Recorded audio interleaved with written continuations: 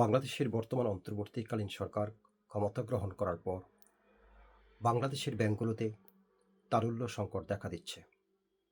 ফলে বাংলাদেশ এই অন্তর্বর্তীকালীন সরকার নতুন করে 22,500 কোটি টাকা ছাপানোর সিদ্ধান্ত নিয়েছে এবং ইতিমধ্যে তা সম্পূর্ণ করেছে এবং আজ থেকে অর্থাৎ পহেলা ডিসেম্বর থেকে 6টি ব্যাংকে এই টাকা প্রদান করা হবে।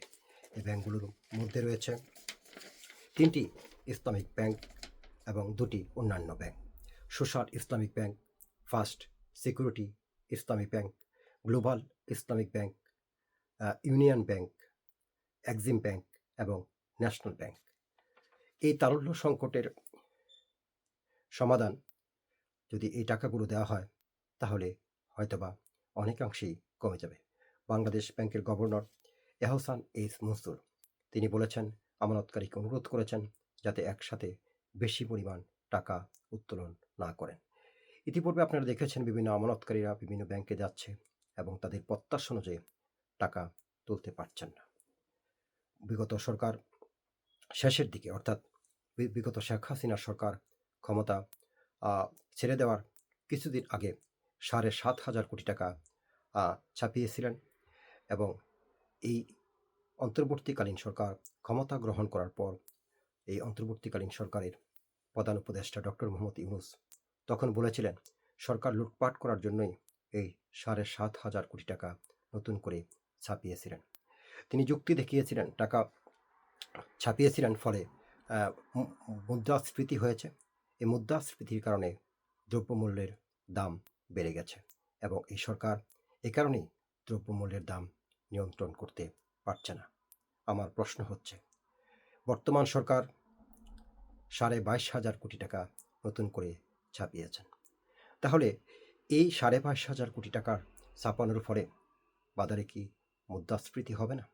তারা যুক্তি দেখিয়ে বাংলাদেশ ব্যাংকের গভর্নর বলছেন 22,500 কোটি টাকা তারা ছাপিয়েছেন, যদি বাজারে দ্রব্যমূল্যের দাম বেড়ে যায় তখন তারা বিভিন্নভাবে এই টাকাগুলো বাজার থেকে তুলে নেবেন। অর্থাৎ মানুষের হাতে যখন বেশি পরিমাণ টাকা চলে আসে তখন সরকার বিভিন্নভাবে টাকাগুলো মার্কেট থেকে তুলে নেয়। সেই কৌশলের হিসেবে তারা বিভিন্ন বন্ড ইস্যু করে এবং বন্ডের মাধ্যমে সেই টাকাগুলো সরকার আবার তুলে নেয়। আমার প্রশ্ন হচ্ছে, শেখ হাসিনার আমলেও তো বন্ড প্রদান করা হয়েছিল। শেখ হাসিনার আমলে শুধুমাত্র 7,500 কোটি টাকার ছাপানোর ফলে যে ধরনের এলিগেশন এই বর্তমান অন্তর্বর্তীকালীন সরকার দিয়েছিলেন, আর বর্তমানে এই অন্তর্বর্তীকালীন সরকার ছাপিয়েছে 22,500 কোটি টাকা, তাহলে তারল্য সংকট হয়তোবা নিরসন হবে, মুদ্রাস্ফীতি ব্যাপকভাবে বেড়ে যাবে। একটা গ্রামাঞ্চলে একটি কথা বলে আছে, যত দোষ নন্দ ঘোষ। অর্থাৎ এ সরকার করেছে তাতে কোনো দোষের কোনো বিষয় নয়, বিগত সরকার কেন করেছে সেই জন্য সরকারকে রীতিমতো কাঠগড়ায় দাঁড় করিয়েছিলেন। বিভিন্নভাবে আগের সরকার ভুল করেছে, এটা করেছে সেটা করেছে সেই কথা না বলে বর্তমানে তারা বিভিন্ন সমস্যার সমাধান কীভাবে করবেন সেই পথটি মনে হয় খোঁজাই ভালো। আমরা দেখতে পাচ্ছি বাংলাদেশ শেয়ার বাজার থেকে 75,000 কোটি টাকা লুটপাট হয়ে গেছে। কে কীভাবে এই টাকাগুলো নিয়ে গেল সেই বিষয়ে কোনো তদন্ত হয়নি।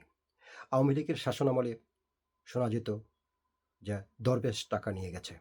আমার প্রশ্ন হচ্ছে, এখন কোন দরবেশের জন্ম হলো যে শেয়ার বাজার থেকে 75,000 কোটি টাকা লুটপাট করে নিয়ে গেছে? সাময়িকভাবে হয়তোবা সরকার যে টাকা ছাপিয়েছেন 22,500 কোটি টাকা, সেই টাকা দিয়ে তারল্য সংকট সমাধান করা যাবে, কিন্তু দ্রব্যমূল্যের বাজারে বর্তমানে যে অস্থিরতা চলছে সেই অস্থিরতাকে বহুগুণে বাড়িয়ে দিবে এই মুদ্রাস্ফীতি। অন্যদিকে ভারত থেকে যে নিত্য পণ্যের সরবরাহ ছিল সেটাও বন্ধ হয়ে যাওয়ার পথে, অনেকাংশে তারা সীমিত করেছে। ফলে বাংলাদেশের মানুষের যে একটি সংকট, দ্রব্যমূল্যের ঊর্ধ্বগতি, সেটা থেকেই যাবে। এই সংকট নিরসনের জন্য একটি সুষ্ঠু এবং একটি যুগোপযোগী পদক্ষেপের প্রয়োজন। তাই সরকারের প্রতি আমাদের সকলের যে আকাঙ্ক্ষা এবং আস্থা, সরকার সে আকাঙ্ক্ষা এবং আস্থা জনগণের পূরণ করবে বলে আমি মনে করি। সকলকে ধন্যবাদ।